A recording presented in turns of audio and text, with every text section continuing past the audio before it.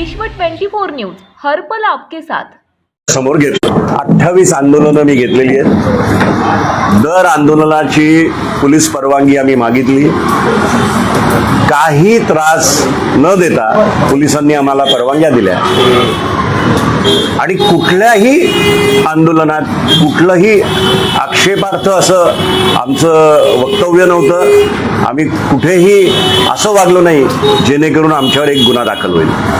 हे गेले 10 महिन्यात आमची 28 आंदोलनं आहेत, त्याची यादी आहे। आता आज मी मुद्दामून तुम्हाला सगळ्यांना अशासाठी बोलवलंय की गेले 7 दिवसात एक विषय ह्या ठाणे महानगरपालिकेमध्ये चालू आहे। एक SPVचा एक स्पेशल पर्पज व्हेकलची एक कंपनी स्थापन करायची आणि क्लस्टर त्यांच्या मार्फतच पुढे चालू करायचे।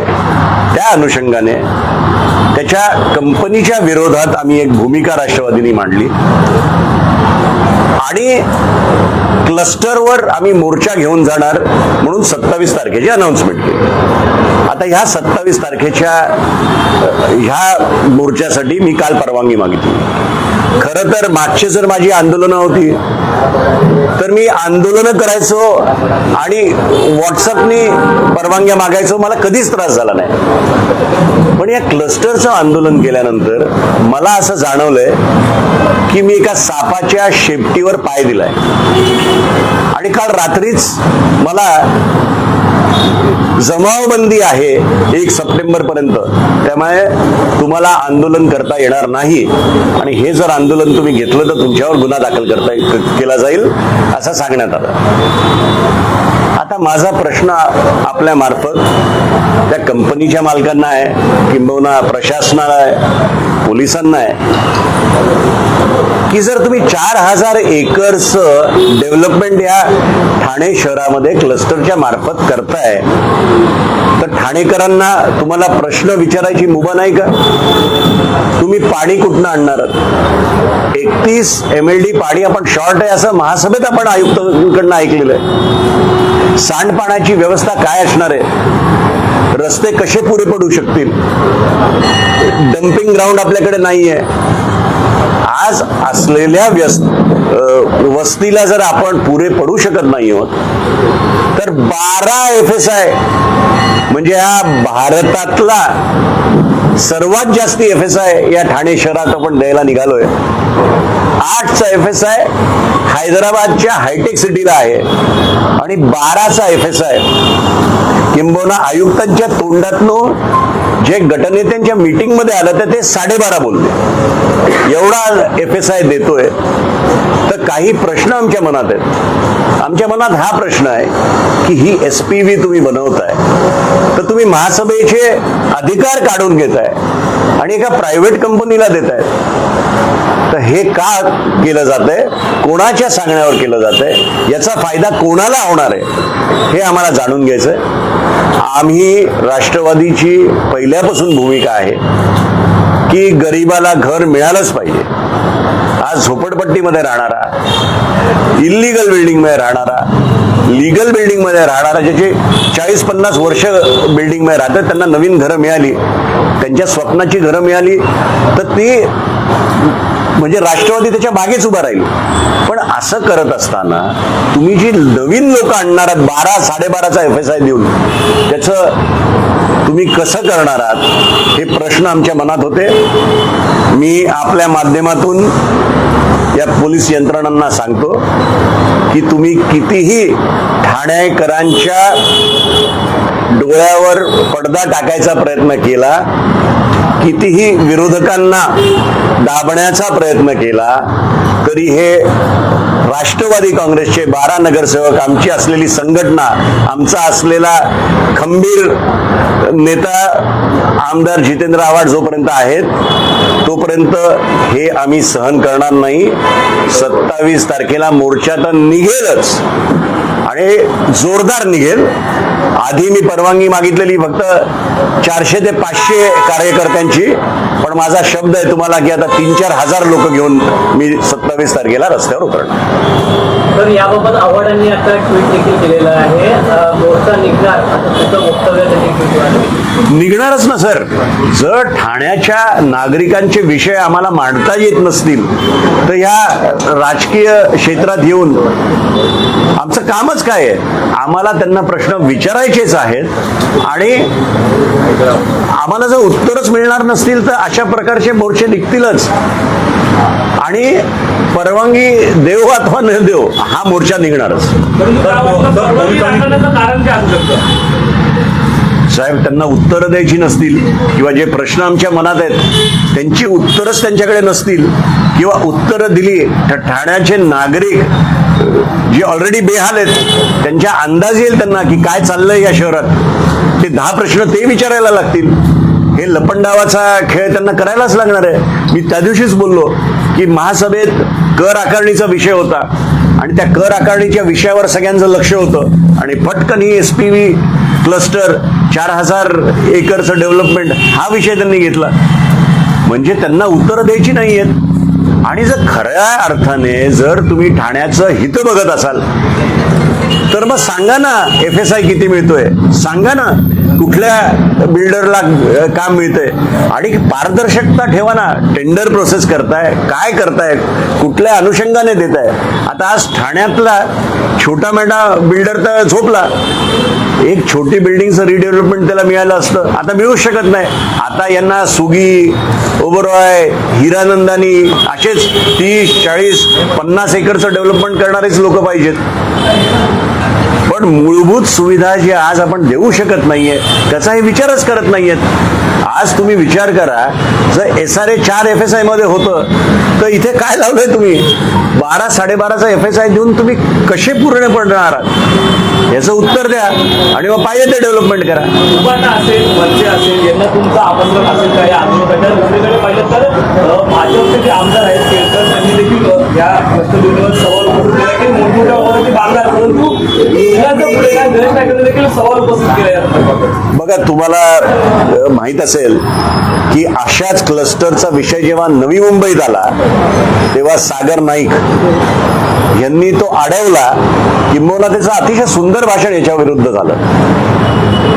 म्हणजे नवी मुंबईमध्ये गणेश नाईक साहेबांसारखे एक सिनियर मिनिस्टर अनुभवी आहेत, त्यांना जर क्लस्टरच्या मागच्या गोष्टी कळल्या तर ठाण्यातल्या नागरिकांनाही हे कळणं गरजेचं आहे. आणि तुम्ही जो पहिला प्रश्न विचारला, माझं स्पष्ट म्हणणं आहे, राष्ट्रवादी त्या दिवशी रस्त्यावर उतरणार आहे. मी आपल्या माध्यमातून ओपनली सांगतो, काँग्रेस, उभाटा, मनसे आणि तेवढेच नाही तर ठाण्यातल्या नागरिकांना सांगतो की तुम्ही पण सहभागी व्हा.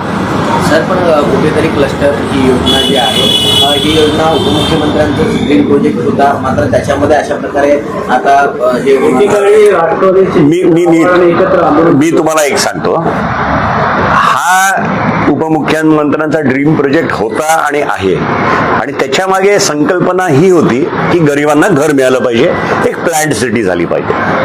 तोपर्यंत आम्ही पण त्यांच्या बरोबरच होतो. चांगलं काम केलं तर कोणाला नकोय.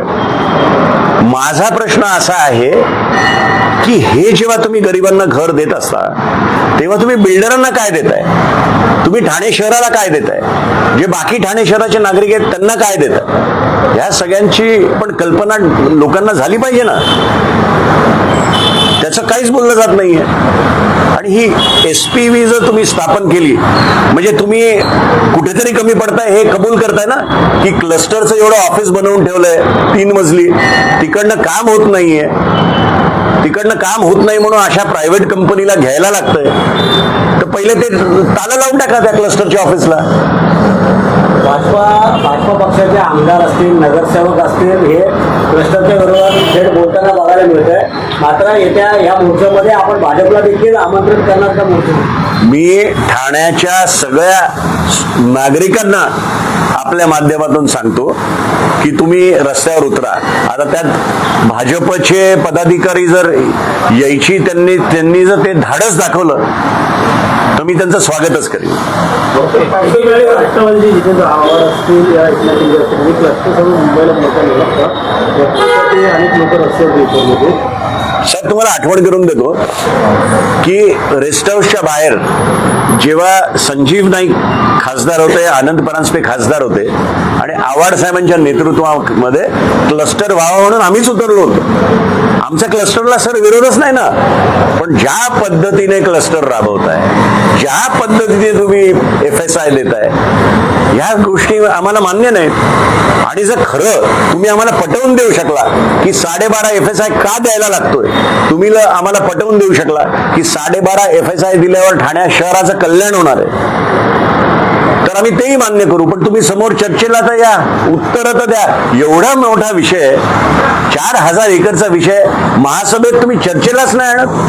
अरे आमचा गटनेता ओरडून ओरडून सांगतोय की ह्या एका विषयासाठी तुम्ही एक स्पेशल महासभा लावा आणि चर्चा होऊन दे.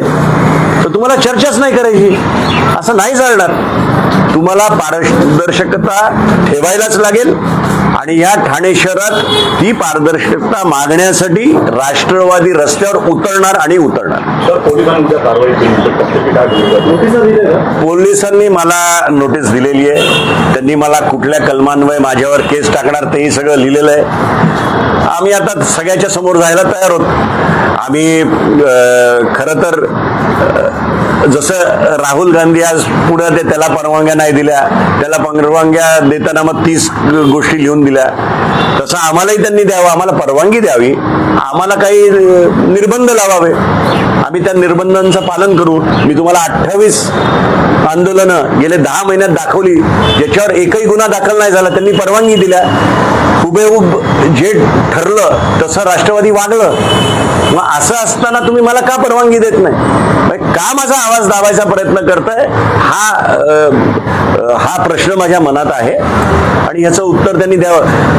आम्ही सोमवारी आयुक्त साहेबांची भेट घेणार आहोत की आम्हाला साहेब परवानगी द्या. आम्ही कुठल्याही कोणाच्याही विरोधात घोषणा करणार नाही. आम्हाला काही उत्तरं पाहिजेत, त्या उत्तरांचं फक्त निवेदन घेऊन आम्ही जाणार आहोत. आमच्या बरोबर आमचे 12 नगरसेवक असणार आहेत, आमचे आमदार असणार आहेत, मी आहे, आमचे पदाधिकारी असणार आहेत. तर आम्हाला फक्त उत्तरं मिळण्यासाठी आम्ही एक निवेदन देणार आहोत, तेवढं आम्हाला द्यायची तसदी तुम्ही द्या. सर, भाईंदरपाड्यातल्या वनजमिनी संदर्भात महसूल मंत्र्यांनी मोठा निर्णय घेतलाय की जमीन आता राखीव होणे म्हणून अशी नोंद केली जाणार आहे, पण मात्र 193 एकर जमिनीबाबत शासन उदासीन का आहे? मी तुम्हाला त्या दिवशी जनता दरबार होता आणि मी ज्या जनता दरबारला स्वतः वेकअप ठाणेकर या फोरमच्या माध्यमातून गेलो तेव्हा ह्या 193 एकर्ससाठी पण एक SGNP जी मुवमेंट होती त्याची पण प्रतिनिधी गेले होते. तेव्हा नाईक साहेब बोलले की मी तुमच्याबरोबर आहे, अशा प्रकारचा TDR देताच कामा नाही. पण त्यांनी एक बेसिक चूक केली, माझे संबंध त्यांच्याबरोबर आहेत त्यामुळे मी त्यांना तिथल्या तिथे काय बोलायला गेलो नाही. पण ते असं बोलले की नवी मुंबईचे काही NGOज ह्याच्या विरोधात सुप्रीम कोर्टमध्ये जाणार आहे. इथे ते चुकले. आम्ही त्या जनता दरबारमध्ये आलेलो एका वनमंत्र्यासाठी. त्यांनी हे सांगायला पाहिजे होतं की वनमंत्री किंवा वन खातं सुप्रीम कोर्टमध्ये का गेलं नाही, हा पहिला मुद्दा. म्हणजे वनमंत्री आहात तुम्ही म्हणता की तुमचा स्टान्स बरोबर आहे, तुम्ही म्हणता वाशीचे काही लोक कोर्टात जाणार आहेत, तुम्ही म्हणता तुम्ही पण कोर्टात जा, पण वन खातं जाणार नाही. म्हणजे मला हे काय कळलंच नाही काय. पण मग मी एक जेव्हा मग त्याच्यानंतर आम्ही ॲमेझॉन संदर्भात साहेबांची एक विषय मांडला आणि त्यांना मी बोलून दाखवलो. म्हटलं सर 193 एकर्स आणि 1053 एकरमध्ये एक साम्य आहे. तिथेही MRT कोर्टाने निकाल दिला, इथेही MRT कोर्टाने निकाल दिला, हे हायकोर्टात गेले आणि 1053 एकरची लोकही कोर्टात गेलेली आहेत. आता उद्या आम्हाला हे सांगू नका की कोर्टाने निकाल दिला त्यामुळे आम्हाला आता ते परत खाजगी करायला लागते. त्यामुळे आजपासूनच तुम्ही लक्ष द्या. जी निष्काळजीपणा वन खात्याने 193 एकरसाठी केला तसा 1053 एकरसाठी करू नका. ठाण्याचे नागरिक आता दक्ष आहेत आणि त्यांचं लक्ष आहे. तर मुंबईला 500 स्क्वेअर फूटची टॅक्स माफी आहे, आपल्याकडे आता अजून लागू झालेलं आहे. सर टॅक्स माफी टॅक्स ह्या महासभेत 12% आणि 20% जे कर वाढ केलेली आहे त्याचा आमचा विरोधच आहे.